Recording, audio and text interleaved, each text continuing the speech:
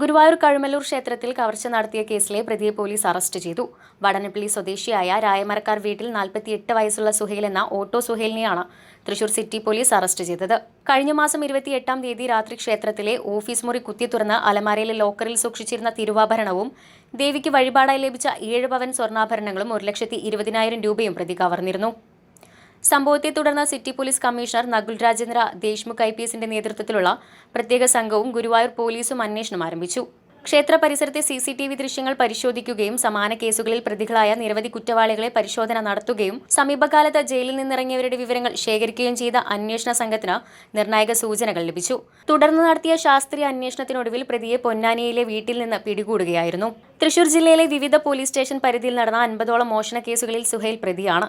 മോഷ്ടിച്ച പണം ഉപയോഗിച്ച് ആർഭാട ജീവിതം നയിക്കുന്ന ഇയാൾ പൊന്നാനി പോലീസ് സ്റ്റേഷൻ പരിധിയിൽ കഴിഞ്ഞ വർഷം ഒരു വ്യവസായിയുടെ വീട്ടിൽ നിന്നും 500 പവൻ കവർച്ച ചെയ്ത് കൊണ്ടുപോയ കേസിലും പ്രതിയാണ്.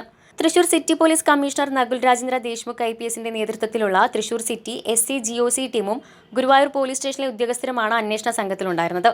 പ്രതിയെ കോടതിയിൽ ഹാജരാക്കി റിമാൻഡ് ചെയ്തു.